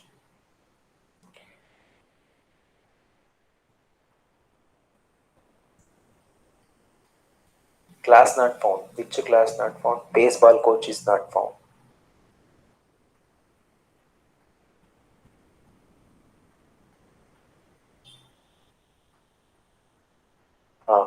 Here I've done some mistake.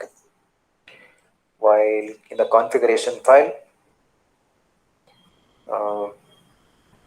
com dot spring demo dot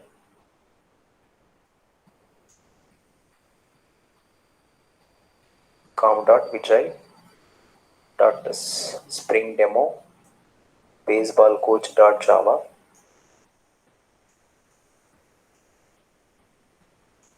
Let me do one thing. Right click on this baseball, copy fully qualified name. I'm pasting everything as it is. Save it. Now come to the My Spring app.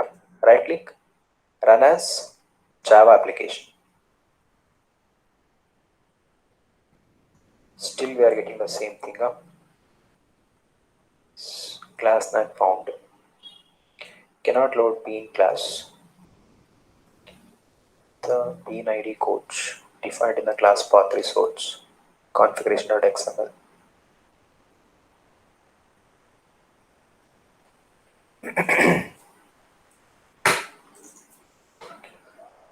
Baseball coach. Okay.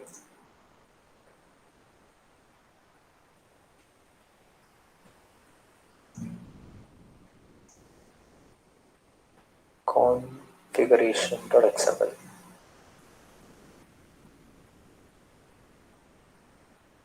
Class Spring demo.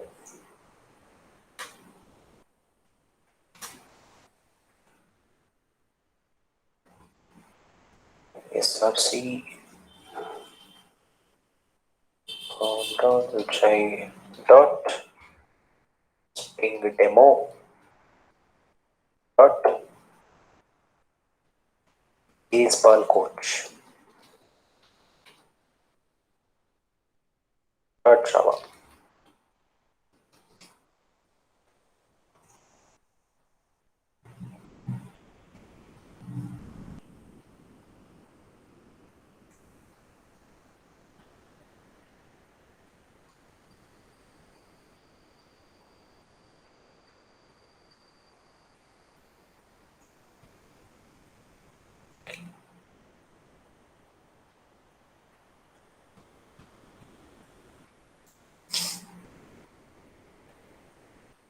We are closing the bean here. This is the ID, bean ID coach. Here something is not right.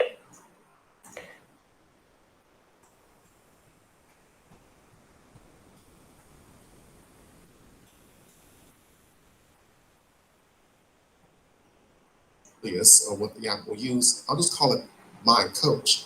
And then I give class. Now I give the fully qualified class name of our implementation. So in this case, I want the baseball coach. So I know the baseball coach is in com.loves2code.springdemo. Oh, and actually this is track coach.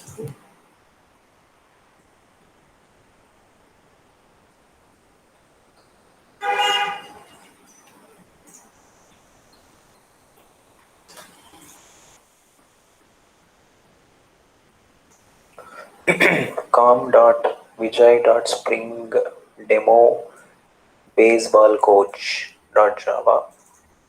Save it and try to run. My Spring app, Java application. Okay, fine. Let us try to configure it to track coach. Let me see whether that one works or not. Track coach. But here,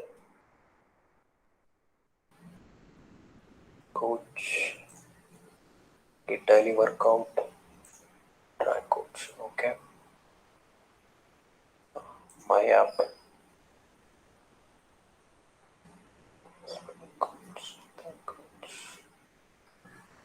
The coach get daily workouts.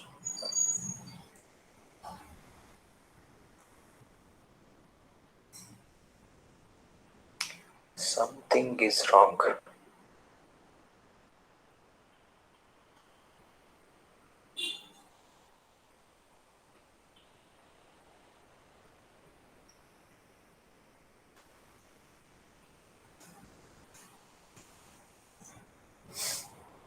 Configuration.xml,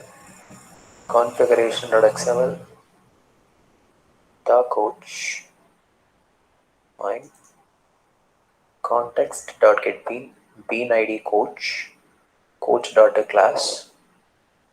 Then in the configuration,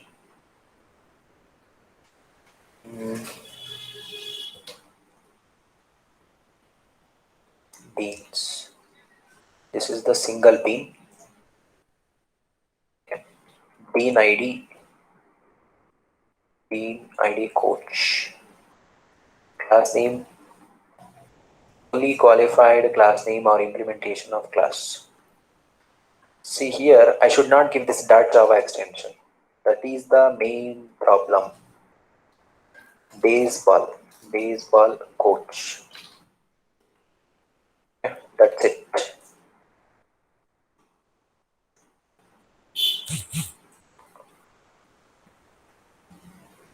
You are getting this? Spend 30 minutes for batting practice.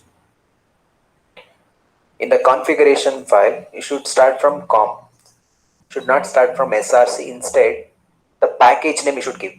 Package name. This is the package name I have given, com.visual.springdemo. Then we have this baseball coach. We should not include data class. Sorry, data Java.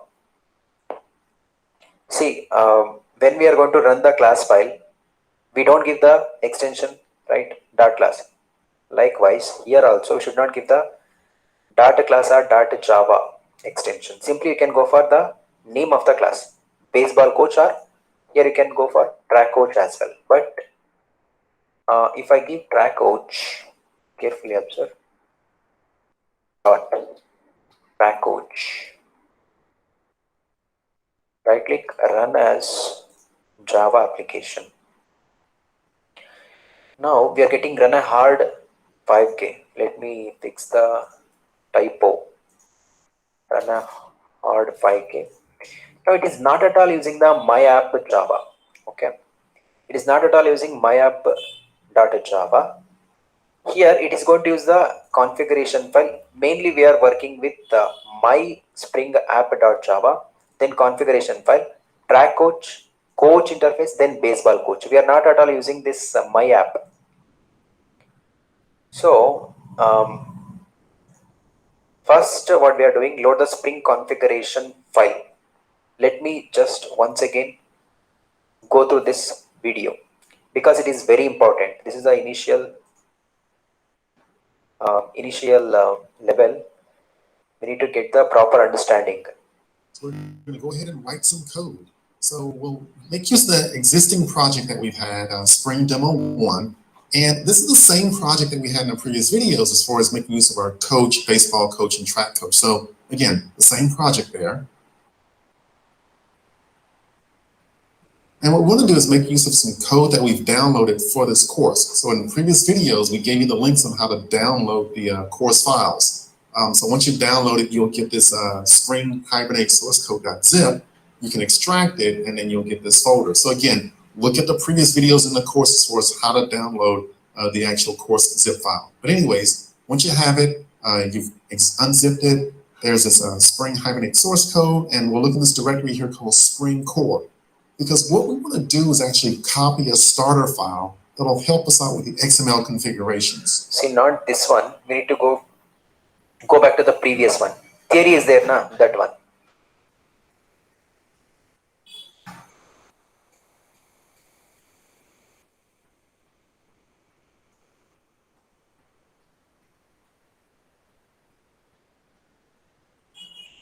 In this video, we're going to cover Spring Inversion of Control. Now, in the previous videos, we were working on our application. However, we didn't get it to 100% because we didn't have the support for the configuration. And so we need to make use of an object factory to kind of help us out with this solution.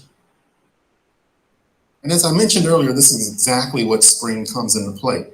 So Spring provides an object factory, so we can have our application talk to Spring, say, hey, give me an object based on a configuration file or annotation.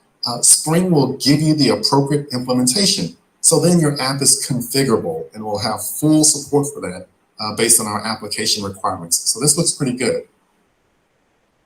All right, so now we're into some real Spring stuff. So the Spring container, the primary functions of the Spring container is 1, create and manage objects, that's your inversion of control, and then 2, inject objects dependencies, and that's what they call dependency injection. Now we'll actually cover all of this in the course. I'll start off with inversion of control, and then in the following videos we'll actually get into dependency injection. There's 3 ways of configuring the Spring container. One is by using an XML configuration file, the other is using Java annotations, and then finally, you can make use of Java source code. And we'll actually cover all of these approaches or all of these techniques in this course. So let's talk about the XML configuration file. It's the original configuration file that was used when Spring was first released, so it's a legacy, but we'll still cover it because most legacy apps still use this. So if you're joining a Spring team or you're joining a company that has existing Spring applications, it's a very high likelihood that their applications still use XML config files. So we'll start off with that. Also, Java annotation is kind of like the latest fad, the latest fashion of making annotations. And also you can actually get rid of all config files and you can configure the container by using Java source code. But again, we're going to cover all of these techniques so you'll understand how each one of them works for your application. All right, so here's the Spring development process. And as you know, I love to-do lists. I love step-by-step approaches. So the first step is configuring your Spring beans. The second step is creating a Spring container. And then the third step is retrieving the beans from the container. And we'll actually cover all of this step by step, so you'll see how everything works, and we'll do all of this from scratch. All right, so let's start with step one, configuring your Spring beans. So in this example, I'm going to make use of the XML configuration file. So here in the XML config file called application context.xml, I have a bean. I give the actual bean ID, my coach, and I give the class, and that's the fully qualified name of the Java class. So the ID, that's simply the ID that your Java application will use when they want to retrieve a bean from the Spring container. And again, class is the actual class or implementation that you'll have for your application.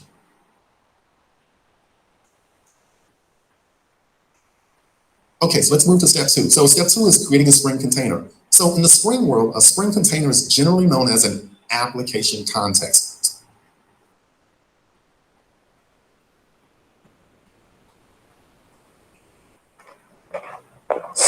Here, the step one, what we have seen, that configuration file, creating the configuration file.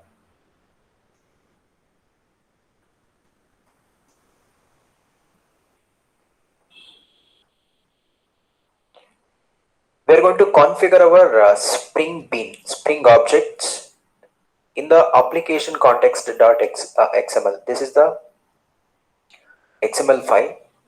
We are going to configure our Spring objects.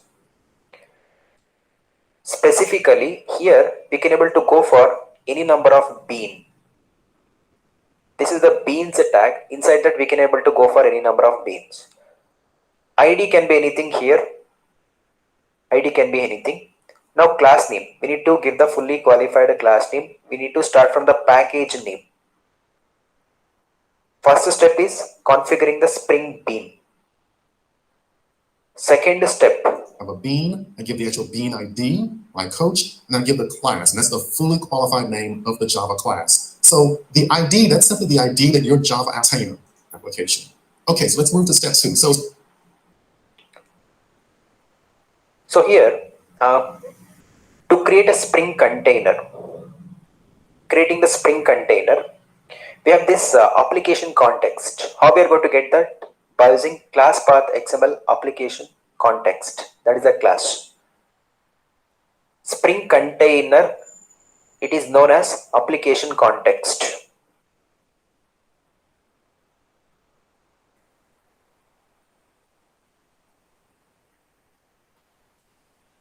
Now this class path XML application context, by using that, we can able to create the Spring container. Spring container, it is nothing but a Spring factory, Spring object factory, Spring bean factory. By using these also we can able to create, but as of now we are going to focus on this class path XML application context. Step two is creating a Spring container. So in the Spring world, a Spring container is generally known as an application context. So that's the term that you'll see a lot in Spring documentation and in Spring apps. So they have specialized implementations of it, one for reading XML from the class path, an annotation config, a web application context, and so on. And we'll take a look at all of these in this course. Alrighty, so creating the Spring container. So in this example, I'm going to read an XML file that's on my class path. So I make use of this class path XML application context. And I construct this object and I pass in the actual name of the configuration file that I'm using for Spring. So from step one, we had a file called application context.xml. You can use any name that you want as long as you're consistent between step one and step two as far as reading that configuration file. All right, so we have this container created. Now the next step is retrieving the beans from the container. So your application is simply going to talk to the Spring container and say, hey, give me a coach object. And based on information in the configuration file, it'll give you an implementation of that given interface. So here's step three as far as code. So the previous line, we already created our context. Now we retrieve the bean from the container. So here I say context.getBean, and here I say my coach, comma, coach.class. So my coach relates to the actual bean ID defined in the configuration file. You have to make sure those match up with the exact same case. And then coach.class, that's the name of the actual interface that baseball coach implements. So here, coach.class is the interface, baseball coach is the actual implementation. And then you assign it. And that's basically what you have to do for retrieving a bean from a Spring container.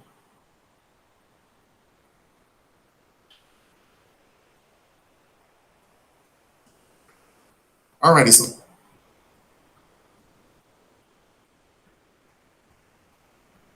So the 3 steps what we have followed. First, we are going to configure the Spring bean by using this context configuration.xml file. Then creating the Spring container. In the My Spring app, we are going to create this class path XML application context. Okay, this is the implementation class. By using this, we are loading this configuration.xml. Then the third step, we are going to retrieve the bean from the Spring container. We are going to retrieve the bean, that is object, from the Spring container. 3 steps. Configuring the Spring bean.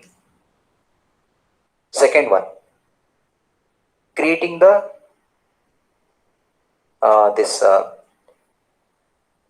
creating a Spring container. Then third one, we are going to retrieve the object bean from the container.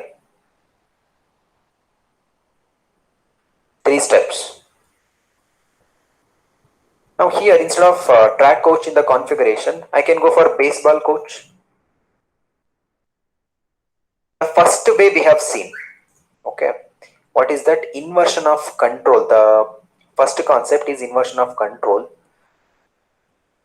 We have seen the first way, that is by using this configuration file, XML file. Second one is annotation, that we'll see later. Third one is by using Java class itself.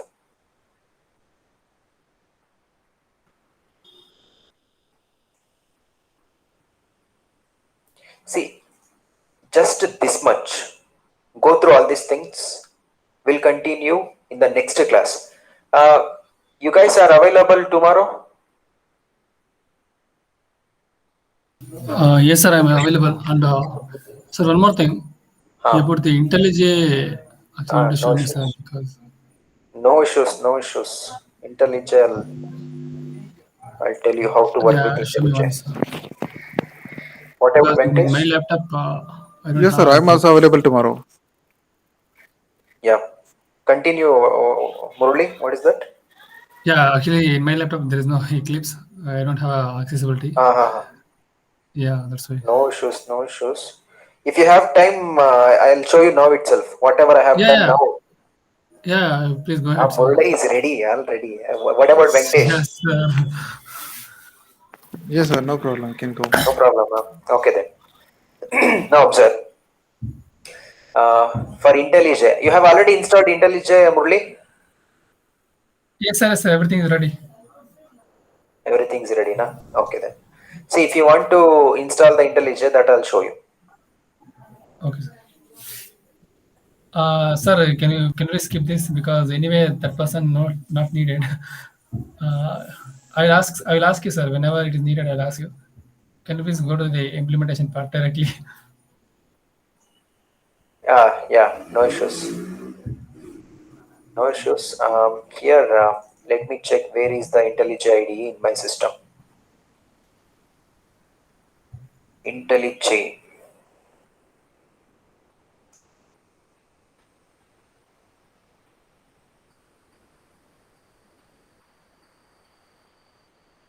That is from JetBrains.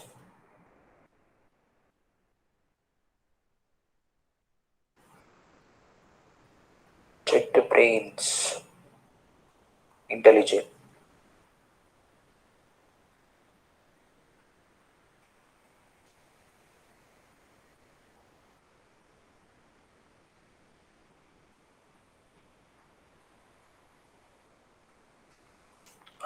My system is lagging very much.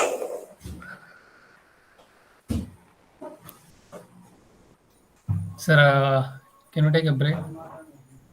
No issues, no issues.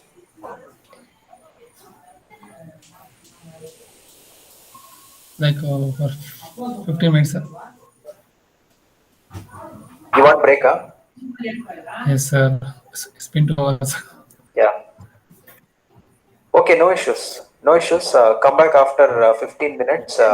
Venkatesh, try to attend. If not possible, no issues. Okay. Sir, IntelliJ, I don't know, sir, how to download and install that. Yeah, then come and attend after 15 minutes or after 20 minutes. Okay. Let's do one thing. Have the dinner itself. Let's give 30 minutes, then later we can join. Okay. Oh, Yeah, tell me okay, the sir. time, sir. Ping me in WhatsApp, sir. Uh, at 9:15, can we join? Yes, sir. Yeah, sure, sir. Okay, good. 9:15. Yeah, join. Okay, sir. Bye. Bye.